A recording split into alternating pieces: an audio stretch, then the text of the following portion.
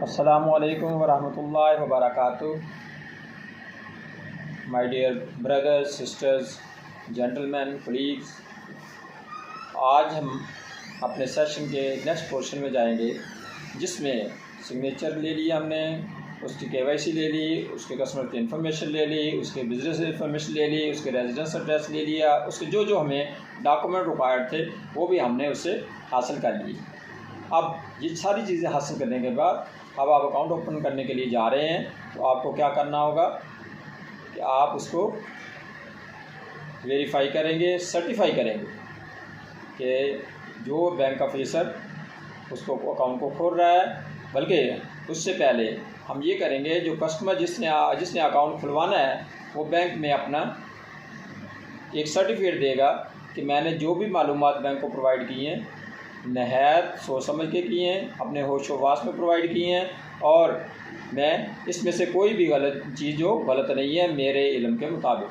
वो एक सर्टिफिकेट देगा। और मैंने जो जो डॉक्यूमेंट्स बैंक को प्रोवाइड किए हैं वो जेन्युइन डॉक्यूमेंट्स हैं और मेरे अपने डॉक्यूमेंट्स हैं, उनमें किसी किस्म का रद्द बदल नहीं है, किसी किस्म की हेरा फेरी नहीं है, और कोई भी डॉक्यूमेंट फेक या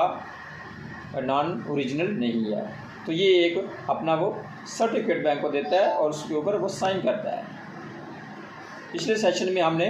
सिग्नेचर कार्ड के बारे में पढ़ा था, तो वहाँ में एक चीज़ हम बताना भूल गए, वो ये था कि अगर आपके CNIC के मुताबिक सिग्नेचर हैं और आपने वही सिग्नेचर बैंक को प्रोवाइड करने हैं तो दैट्स ओके।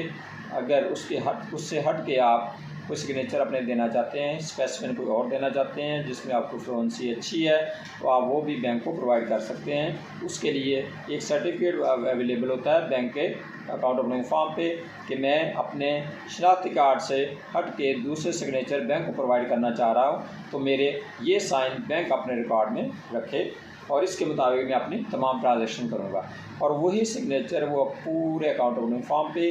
बैंक के डॉक्यूमेंट्स पे, सिग्नेचर कार्ड पे वही सिग्नेचर करेगा। हाँ, उसके साथ साथ उस सर्टिफिकेट में जहाँ पर वो कह रहा है कि मैंने अपने सिग्नेचर चेंज करने हैं, CNIC से हट के देने हैं, वहाँ पे उसके वो CNIC वाले साइन एक दफ़ा कम से कम करवाने ज़रूरी हैं, ताकि हमारे पास वेरिफिकेशन मौजूद रहे कि उसने खुद ही अपने स्पेसिफिक सिग्नेचर को चेंज किया था। ऐसे ही आप जब उससे वेरीफाई करवा लेंगे, और ये आपने उसको चीज़ बतानी है,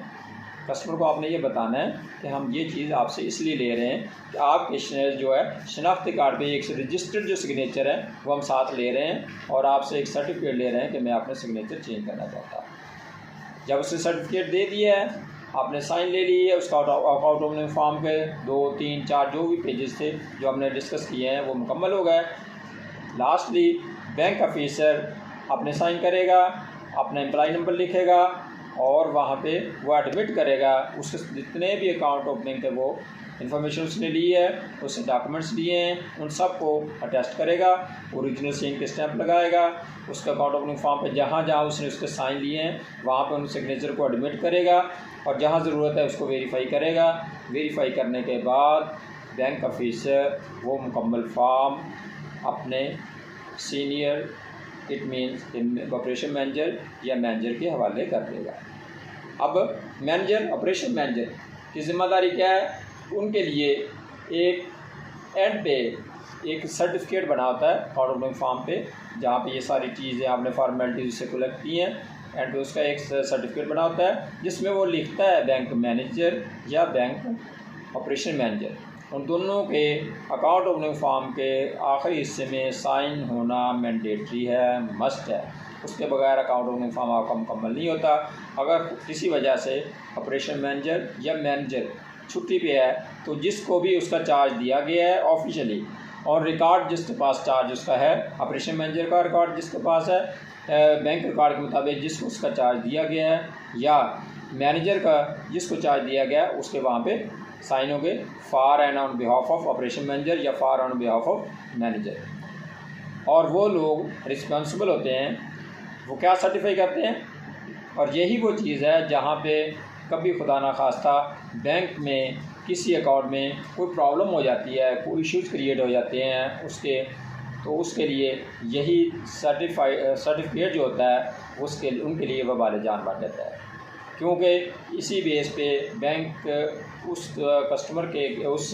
मैनेजर या ऑपरेशन मैनेजर का अगेंस्ट कार्रवाई कर सकता है, या कोर्ट में अगर ज़रूरत पड़े तो वहाँ पे भी उसके ख़िलाफ़ कार्रवाई हो सकती है। लिहाजा ये वाला पोर्शन जो है आपने सारे अकाउंट ओपनिंग फॉर्म को पढ़ के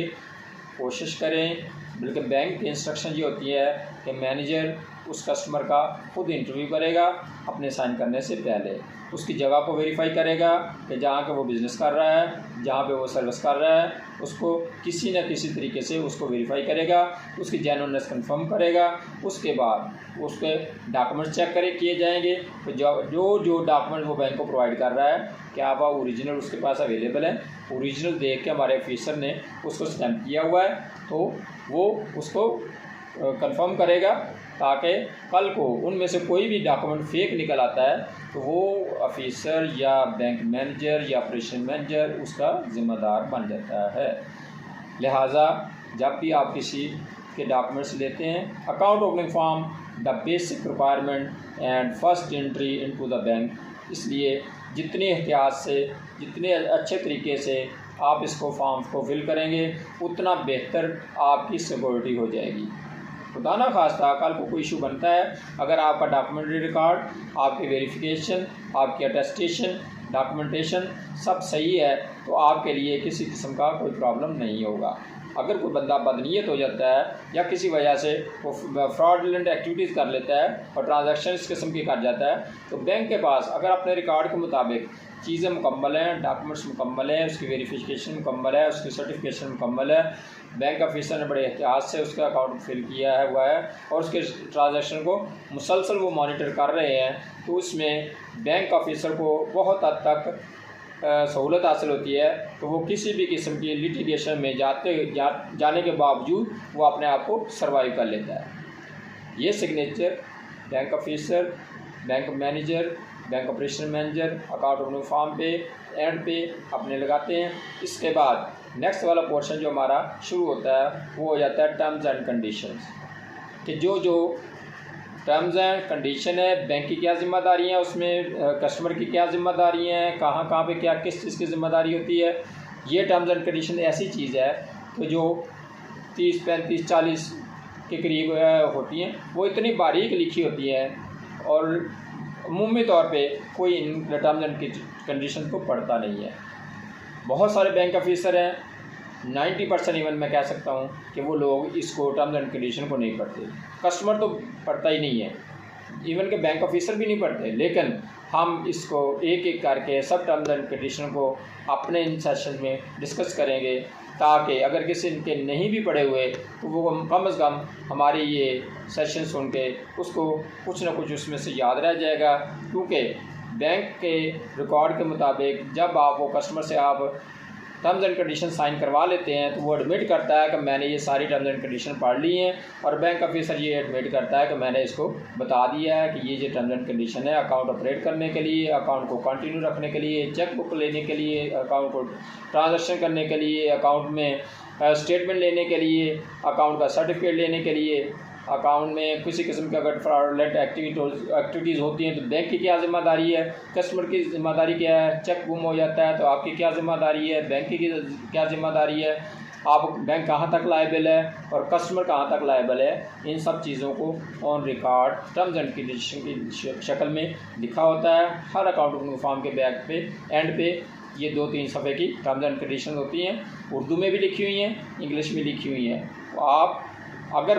कभी मौका मिले, टाइम मिले तो बैंक ऑफिसर्स कम से कम इन टर्म्स एंड कंडीशन को ज़रूर पढ़ें, ताकि इसमें से बहुत सी आपको मालूमात मिल जाती हैं। आप कस्टमर को बड़ी अच्छे तरीके से गाइड कर सकते हैं और अपनी स्किन भी सेव कर सकते हैं। लिहाजा अगले सेशन में हम टर्म्स एंड कंडीशन को